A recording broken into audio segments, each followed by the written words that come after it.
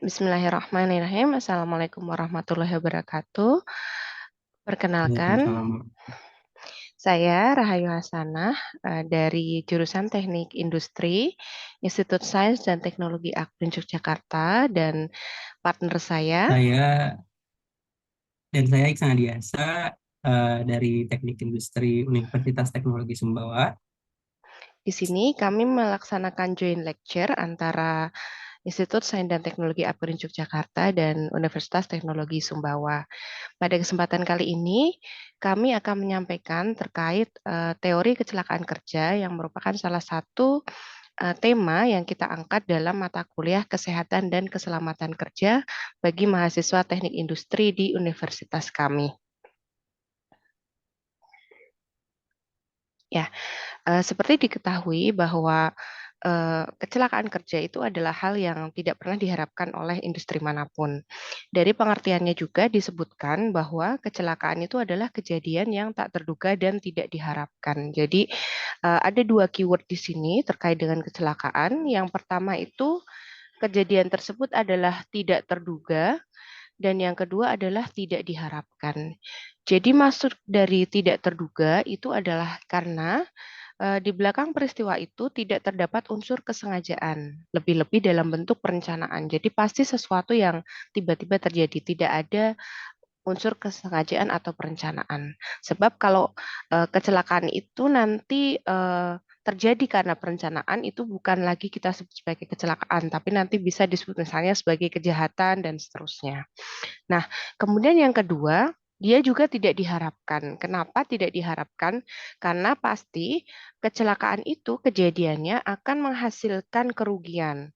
Dan kerugian itu bisa berupa material ataupun penderitaan dari yang paling ringan, misalnya hanya luka kecil, atau misalnya dari sisi psikologis bentuknya adalah stres ringan, sampai kepada yang paling berat.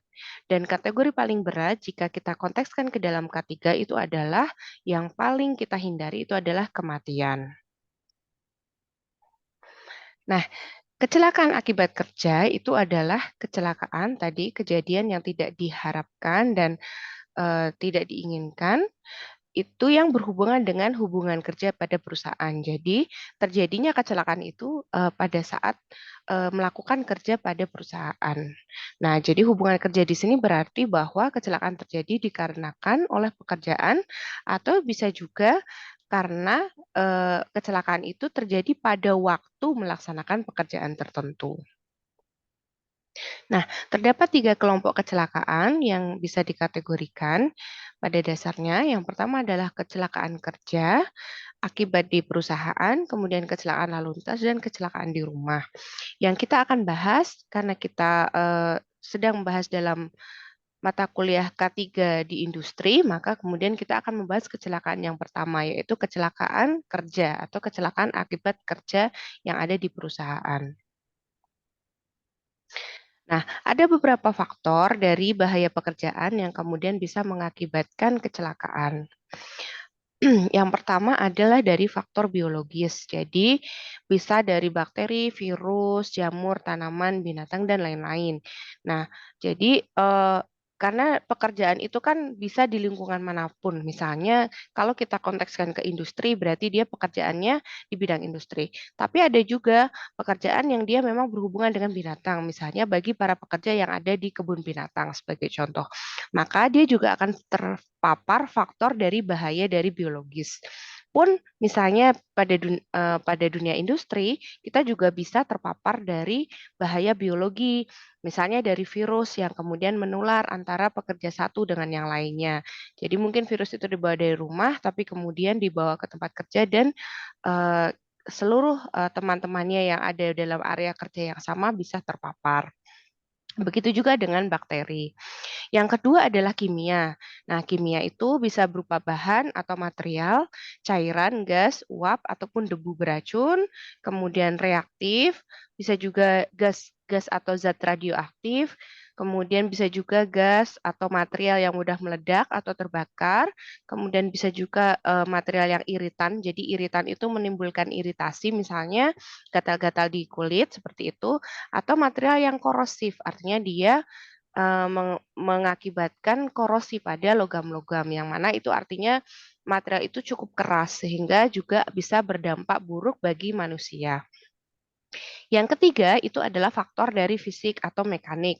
Contohnya adalah ketinggian, kemudian dari konstruksi, kemudian dari mesin atau alat atau kendaraan atau alat berat yang dioperasikan, kemudian bisa juga dari ruang terbatas. Jadi misalnya tempat kerjanya adalah ruangannya sangat sempit, sehingga ada akan bahaya yang bisa menimbulkan kecelakaan. Misalnya, kalau ruangan itu sempit, kemudian mengoperasikan benda-benda yang dia menimbulkan gas beracun atau kemudian mengakibatkan panas sehingga pekerja dalam lingkungan kerja yang sempit itu menjadi terlalu kepanasan misalnya dan seterusnya. Kemudian juga bisa dari tekanan, kemudian kebisingan, suhu, cahaya, listrik, getaran, dan radiasi. Jadi, fisik dan mekanik itu biasanya akan berhubungan dengan lingkungan kerja. Yang keempat itu adalah biomekanik atau berasal dari gerakan berulang atau postur atau posisi kerja, pengangkutan manual, desain tempat kerja, alat mesin. Jadi biasanya ini berhubungan dengan gerakan-gerakan yang ergonomis karena pada pelaksanaan kerja itu akan banyak sekali pekerjaan yang dilakukan secara berulang atau misalnya tadi mengangkat dengan tidak menggunakan postur yang ergonomis. Nah, sehingga akan menimbulkan bahaya, misalnya kemudian menjadi sakit pinggang dan bahkan bahaya yang lebih berat adalah jika dia misalnya mengangkut benda-benda yang berat, tapi kemudian tidak menggunakan postur yang baik, sehingga akan berdampak panjang pada kondisi fisik dari pekerja. Kemudian yang kelima adalah psikologi atau sosial. Contohnya adalah stres, kemudian bisa juga kekerasan, kemudian pelecehan, pengucilan, kemudian dari lingkungan, kemudian juga emosi negatif yang ada. Nah, ini juga terjadi di lingkungan kerja manapun. Jadi karena setiap tempat kerja itu pasti dia punya load atau beban kerja. Nah, maka kemudian kemungkinan bahaya dari sisi psikologi itu juga akan selalu ada. Oleh karena itu, eee, lingkup dari K3 itu tidak hanya mencakup dari kesehatan fisik dari pekerja, tapi juga concern pada kesehatan psikis dari pekerja. Baik, untuk slide selanjutnya akan dijelaskan oleh, rekan saya, Saudara Ihsan. Silahkan Saudara Ihsan. Oke, baik. Terima kasih, Bu Rahayu. Nah, selanjutnya adalah kerugian dari kecelakaan akibat kerja. Jadi, akibat daripada kecelakaan kerja ini itu menyebabkan beberapa kerugian. Nah, di sini ada 5 kerugian, yaitu yang pertama adalah kerusakan. Tentu saja terjadinya kecelakaan itu akan terjadinya kerusakan, bukan bukan cuman kerusakan ke orang, tapi juga ke tempat kerjanya seperti itu. Terus selanjutnya adalah kekacauan organisasi. Nah, ketika terjadi kecelakaan kerja, akan terjadi namanya kecelakaan kekacauan organisasi. Nah, akibat dari kekacauan ini orang-orang akan oh iya takut nih gitu kan kerja di sini lagi seperti itu. Nah, selanjutnya adalah keluhan dan kesedihan. Nah, keluhan ini ya keluhan yang dirasakan oleh si pekerja akibat daripada kecelakaan ini dan juga kesedihan akibat terjadinya kecelakaan ini kayak misalkan contoh tangannya terluka atau sedih karena keluarganya atau temannya mengalami sakit dan sebagainya. Selanjutnya adalah kelainan atau kecacatan. Nah, ini adalah salah satu dampak yang cukup besar di mana akibat daripada kerja si pekerja ini jadi kehilangan anggota tubuhnya atau cacat atau misalkan terjadi kelainan misalkan gangguan pendengaran seperti itu atau misalkan hidungnya jadi nggak bisa mencium bau lagi seperti itu. Nah, selanjutnya yang resiko paling besar adalah kerugian adalah kematian. Nah, di sini merupakan salah satu risiko daripada kecelakaan kerja yang sangat berat fatal karena nyawa itu hanya ada satu seperti itu. Kita nggak punya banyak nyawa. Jadi kematian ini ya mau nggak akibatnya ya berdampak besar sekali gitu kan. Kita orang lain jadi kehilangan keluarganya seperti itu. Next. Nah, selanjutnya adalah dampak daripada kecelakaan kerja ini, kerugiannya adalah tentu saja biaya. Nah, biaya ini ada biaya langsung dan biaya tersembunyi. Nah, biaya langsung adalah biaya pemberian pertolongan pertama bagi kecelakaan, pengobatan, perawatan, biaya rumah sakit, biaya angkutan, upah selama tak mampu kerja, kompensasi cacat, dan biaya perbaikan alat-alat mesin, serta biaya atas kerusakan dari bahan-bahan. Nah, selanjutnya adalah biaya tersembunyi. Itu meliputi apa aja? Jadi meliputi segala sesuatu yang tidak terlihat pada waktu atau beberapa waktu setelah kecelakaan terjadi. Nah, biaya langsung ini ya otomatis si perusahaan harus mengganti rugi mulai dari biaya akibat dari kecelakaan dan sebagainya macamnya. Terus untuk biaya tersembunyi ya mungkin ada biaya-biaya lain di belakang daripada si akibat dari kecelakaan ini. Jadi bisa jadi beberapa bulan lagi dia diminta kompensasi atau tanggung jawaban terkait dengan eh, dampak akhirnya seperti itu. Misalkan eh, ada pengadilan dan berbagai macam seperti itu. Nah, selanjutnya adalah kecelakaan ini. Jadi penyebab kecelakaan itu disebabkan oleh dua penyebab. Jadi digolongkan oleh dua penyebab, yaitu yang pertama adalah tindakan perbuatan manusia yang tidak memenuhi keselamatan atau unsafe human acts, dan yang kedua adalah keadaan-keadaan lingkungan yang tidak aman atau unsafe condition. Nah, yang unsafe human acts atau perbuatan manusia yang tidak memenuhi keselamatan itu adalah akibat dari manusia yang lalai. Yang lalai dalam artian seperti apa? Jadi misalkan pekerjaan ini harusnya seperti ini dengan standar operation prosedurnya sekian. Nah, ternyata si pekerja ini bekerja tidak menggunakan standar operasi tersebut. Jadi kayak contoh, misalkan harusnya pekerja ini menggunakan helm safety saat bekerja supaya apa? Supaya kepalanya tidak terjatuh oleh benda-benda tajam atau misalkan benda-benda yang gampang terjatuh dari atas, atau misalkan pakai sepatu safety supaya melindungi kaki. Nah, ternyata akibat daripada pekerja yang mungkin tidak suka menggunakan sepatu safety ini akan berakibat pada kakinya si pekerja mengalami luka akibat ya terjadi kecelakaan akibat ternyata banyak barang-barang atau alat-alat yang berbahaya di sekitar kaki pekerja. Nah, itu yang berdampak. Selanjutnya adalah kondisi lingkungan yang tidak aman. Nah, kondisi lingkungan yang tidak aman itu seperti ya tadi alat yang ternyata berserakan atau material-material yang berserakan atau adanya bahan apa namanya tempat yang tidak layak lah untuk bekerja secara aman seperti itu. Makanya perlunya diperhatikan baik-baik untuk kedua hal ini. Jadi yang pertama bisa dikondisikan tempat kerjanya, lingkungan kerjanya. Nah, jika tidak bisa lingkungan kerjanya dikondisikan, maka yang dikondisikan adalah manusianya seperti itu.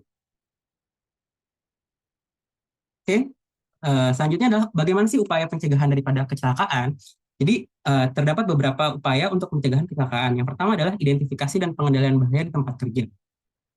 Itu dengan cara melakukan apa? Dengan cara melakukan pemantauan kondisi tidak aman dan pemantauan dari tindakan tidak aman. Jadi kita bisa memantau nih, memantau kondisi apakah kondisinya ini aman atau tidak aman nih untuk bekerja. Terus selanjutnya kita melakukan pemantauan tindakan, apakah tindakan daripada pekerjanya ini aman atau tidak aman nih untuk bekerja di tempat ini gitu. Jadi diperhatikan baik-baik supaya apa? Supaya mencegah terjadinya kecelakaan kerja seperti itu. Terus selanjutnya adalah pembinaan dan pengawasan. Ini penting sekali untuk dilakukan di perusahaan. Kenapa? Karena kalau nggak dilakukan pembinaan dan pengawasan, itu mau sebagus apapun sistem manajemen ketiganya, itu akan sangat sulit jika tidak dilakukan pembinaan dan pengawasan secara rutin. Nah, yang pertama dilakukan dengan cara apa? Yang pertama adalah pelatihan dan pendidikan.